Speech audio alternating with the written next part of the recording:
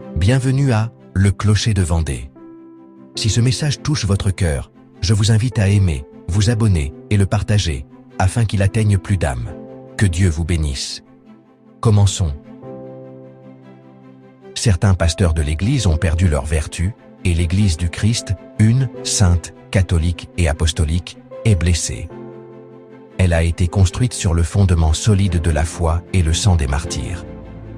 Mais à chaque époque de l'histoire, elle a dû faire face à une douloureuse réalité, la faiblesse morale de certains de ses pasteurs. La vertu chez un pasteur n'est pas une option, mais une exigence. Non pour la gloire personnelle, mais parce qu'il représente visiblement le Christ, le bon pasteur. Pape Léon XIII. Quand un évêque perd sa modération, sa pureté, son humilité, sa justice, sa prudence, non seulement il chute, mais la foi des faibles vacille, la ferveur des fidèles se refroidit, la confusion se multiplie. Sainte Catherine de Sienne, docteur de l'Église, a dit, et une voix prophétique en des temps de grande corruption ecclésiastique, « Assez de silence, criez avec 100 000 langues, car par le silence le monde pourrit. »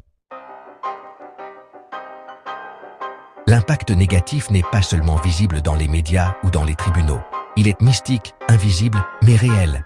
Des âmes sont perdues, des vocations s'éteignent, des communautés se dispersent. Beaucoup aujourd'hui se cachent derrière des structures, des synodes, des réformes vides. Mais ils oublient que sans vertu, il n'y a pas de renouveau. Sans conversion, il n'y a pas de réforme. Quelle perspective émerge lorsque de nombreux évêques perdent leur vertu? Un corps malade, un navire sans gouvernail, un peuple sans prophète. Peut-être, comme à d'autres époques, nous trouvons-nous devant un creuset de feu. Les pasteurs sans vertu seront purifiés par leurs propres péchés. Je conclus avec les mots de saint Pie X, ce pape au visage sévère et au cœur mystique. Un prêtre qui ne vit pas une vie sainte fait plus de mal que le pire ennemi de l'Église.